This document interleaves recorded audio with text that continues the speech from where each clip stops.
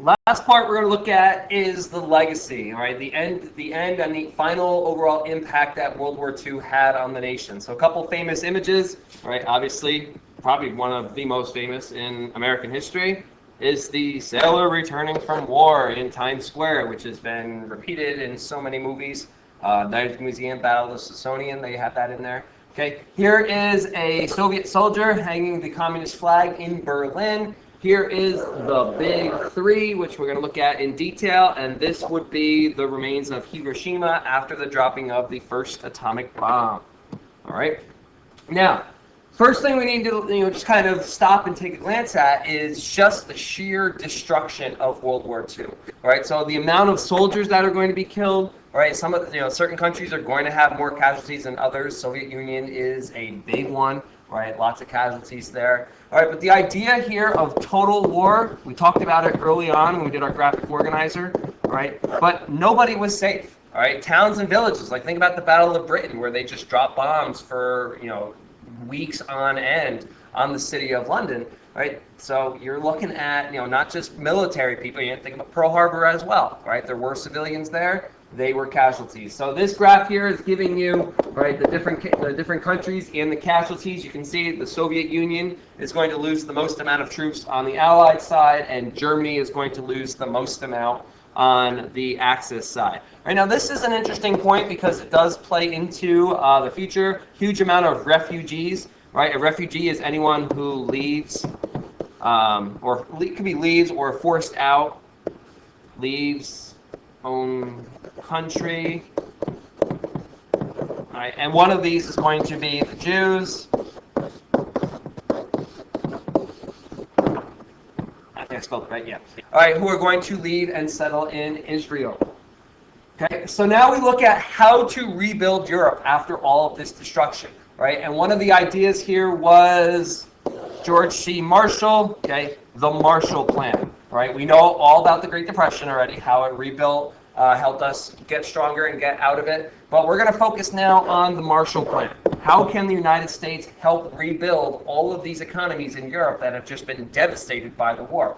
Right. So this map is does a pretty good job of kind of relating that to you. You can see the dollar signs up here. Right. Is aid per country in millions of dollars. So you can see what countries are getting money from us. Right. France, Germany.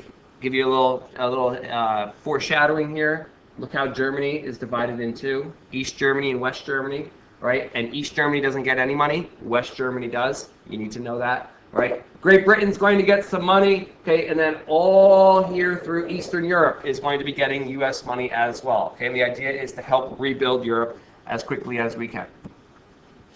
Right. Now, here we get to our big three. All right, so the first conference, these actual three. So we got Stalin, who is the leader of the Soviet Union, right? You got Harry Truman, who's president now, because FDR, so he's the U.S., right? Who is now president of the United States with the passing of FDR, right? And then Winston Churchill, who's not in this picture, right? Winston Churchill, you remember him from the movie, the guy that gives the victory speech.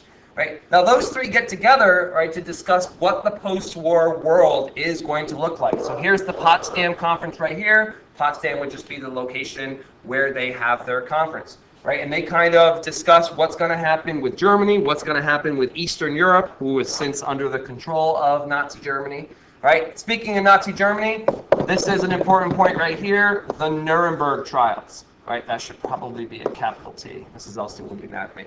Right? This would be how the Nazis are going to be punished for the Holocaust. Right? They're put on trial. Right? A lot of them were saying that they were under orders, and they thought that that would be enough to save them. Right? But the World Court essentially said no. People are responsible for their actions, even in wartime. So they couldn't say that they were ordered to do it. Obviously, some of the higher ups, like Adolf Hitler, right? He actually committed suicide. Joseph Goebbels was another one. Right? High up Nazi officials refused to be taken captured.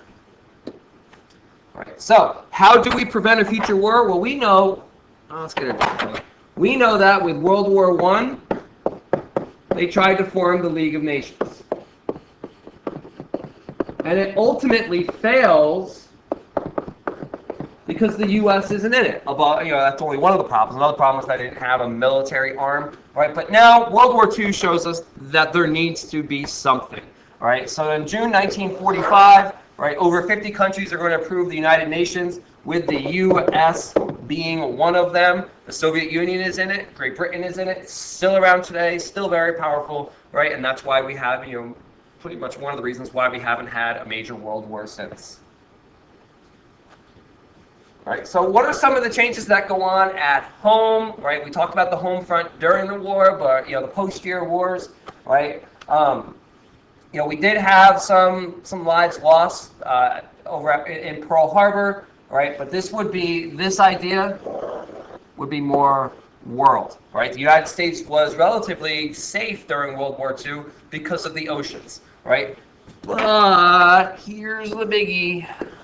This is going to be probably the next month and a half of our lives, okay? Dealing with communism, right? So here would be Joseph Stalin, the dictator of the Soviet Union, right? Uses the years after World War II, right, where he actually uses World War II itself to further his cause, or his country's cause, of communism into several Eastern European countries. Right? And then on a happier note, soldiers that return from the war are given money to return to school, right, to get a better education, right? And that would be the GI Bill, which is still around today. Right? And then the final thing is the idea of nuclear weapons, right? We know that we dropped 2 atomic bombs on the Soviet, or excuse me, no, thank goodness we never dropped atomic bombs on the Soviet Union. We know we dropped atomic bombs on Hiroshima and Nagasaki to end the war, right? And that kind of announced the presence of the United States on the world stage, right? So as one of the leaders of the UN, we helped create the nation of Israel in 1948, right? Which we're going to take land from the Arabs in Palestine, which would be, roughly Jerusalem, which we know is the holy city for the 3 major religions, right? But the conflict here is that the Arabs are living there. They're kicked off the land. For just simplify it, they're kicked off the land, and the Jews are given that land, right, as kind of a homeland after the trials and tribulations of World War II. And obviously, the Arabs aren't going to be happy about losing their land, so that's why, essentially, why we have problems in the Middle East, right? This is a good point here. We now have 2 superpowers, right? The United States and the Soviet Union. Right? The Soviet Union wants to spread communism, and the United States wants to contain communism. Right? We're just going to glance on that right there because, like I said, we're going to spend a ton of time on that. Right? And then, one of the, I guess it could be probably one of the negatives that comes out of World War II is the idea of atomic weapons. Right? The ability to destroy millions of people with the click of a button. Right? The United States is the first nation to develop atomic weapons, the Soviet Union quickly thereafter, right? And now there are multiple countries around the world that have nuclear weapons.